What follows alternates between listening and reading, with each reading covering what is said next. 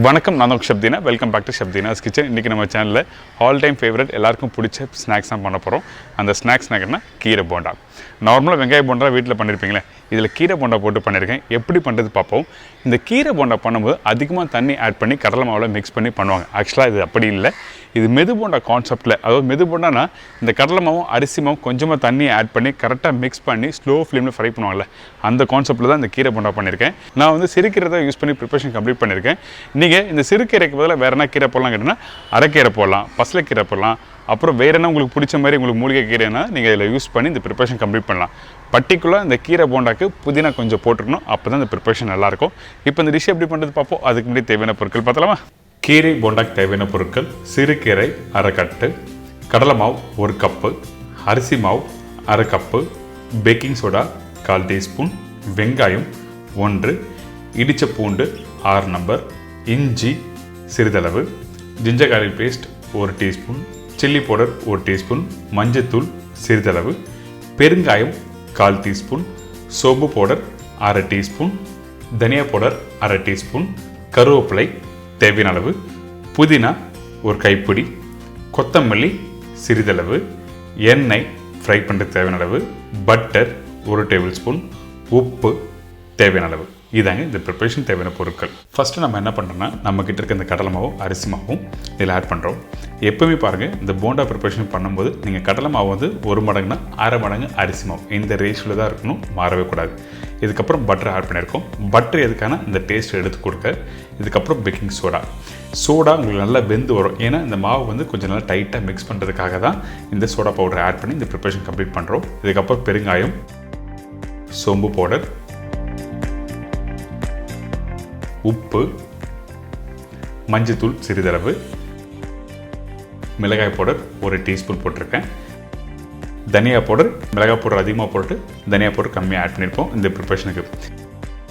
இஞ்சி பூண்டு பேஸ்ட், இடித்த பூண்டு வித் ஸ்கின்னோட போட்டிருக்கேன்.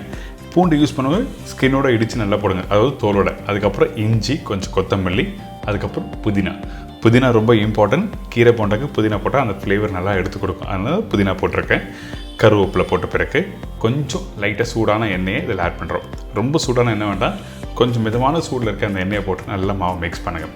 எதுக்காக இந்த எண்ணெய் யூஸ் பண்ணுறது கேட்டிங்கன்னா, உங்களுக்கு இந்த கடலை மாவும் அரிசி மாவும் மிக்ஸ் பண்ணி நல்லா தண்ணி அதிகமாக ஆட் பண்ணாமல் கொஞ்சமாக தண்ணி ஆட் பண்ணி ஃப்ரை பண்ணுறதுனால உங்களுக்கு என்ன ஆகுதுன்னா, இந்த போண்டா வந்து மேல் லேயர் வந்து நல்லா கிறிஸ்பியாக வரும், உள்ளே வந்து சாஃப்டாக இருக்கும். அதனால தான் எண்ணெயை யூஸ் பண்ணி ப்ரிப்பரேஷன் கம்ப்ளீட் பண்ணுறோம். இதுக்கப்புறம் இந்த எண்ணெய்லாம் போட்ட பிறகு நல்லா மிக்ஸ் பண்ணி எடுத்துருங்க. மிக்ஸ் பண்ணி எடுத்த பிறகு சிறுகீரை போட்டிருக்கேன். சிறுகீரை யூஸ் பண்ணுற இடத்துல நீங்கள் வேறு என்ன கீரை போடணும் நீங்கள் போட்டுக்கலாம், ஒன்றும் தவறு இல்லை. இதுக்கு பிறகு வெங்காயம் கொஞ்சமாக தண்ணி ஆட் பண்ணி மாவை மிக்ஸ் பண்ணுறோம். திருப்பியும் சொல்கிறேன், இந்த ப்ரிப்பரேஷன் மிக்ஸ் பண்ணுற இடத்துலையும் ஃப்ரை பண்ணுற இடத்துலையும் கவனமாக இருக்கணும். ஏன் கேட்டிங்கன்னா, இந்த கீரை போண்டா கொஞ்சமாக தண்ணி ஆட் பண்ணி கெட்டியான அந்த டெக்ஸ்டரில் ஃப்ரை பண்ணும்போது வெந்து வரதுக்கு டைம் எடுக்கும். அதனால தான் கவனமாக தண்ணி ஆட் பண்ணணும். அதே டைமில் ஃப்ரை பண்ணும்போது மீடியமான ஃப்ளேம் வச்சு ஃப்ரை பண்ணால் தான் உங்களுக்கு கரெக்டான கீரை போண்டா வெந்து வரும். இப்போ நல்லா மிக்ஸ் பண்ணி முடித்த பிறகு திருப்பி கொஞ்சம் நல்லா சூடான எண்ணெயை இதில் ஆட் பண்ணி நல்லா மிக்ஸ் பண்ணுறோம்.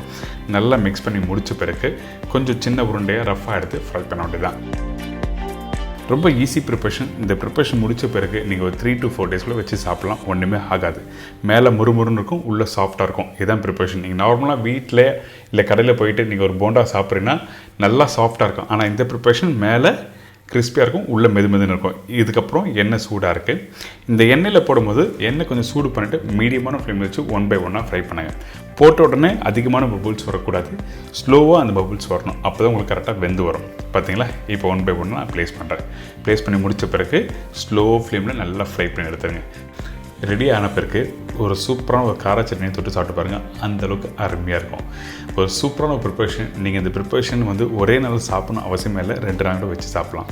இப்போ பாருங்கள், கரெக்டான ஃப்ளேம் வச்சு ஃப்ரை பண்ணும்போது அந்த பபுள்ஸ் எல்லாமே கம்மியாகும். இப்போ நல்லா ரெடி ஆகிடுச்சா? ரெடியானதை அப்படியே எடுத்து நீங்கள் சர்வ் பண்ணுறது தான்.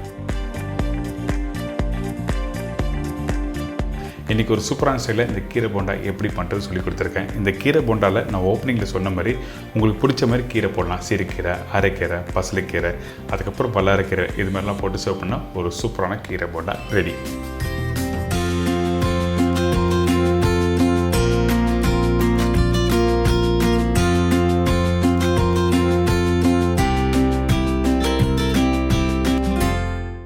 எனக்கு இந்த கீரை போண்டா எப்படி பண்ணுறது எல்லாருக்கும் ஈஸியாக தெரிஞ்சிடும். கண்டிப்பாக வீட்டில் ட்ரை பண்ணி பாருங்கள்.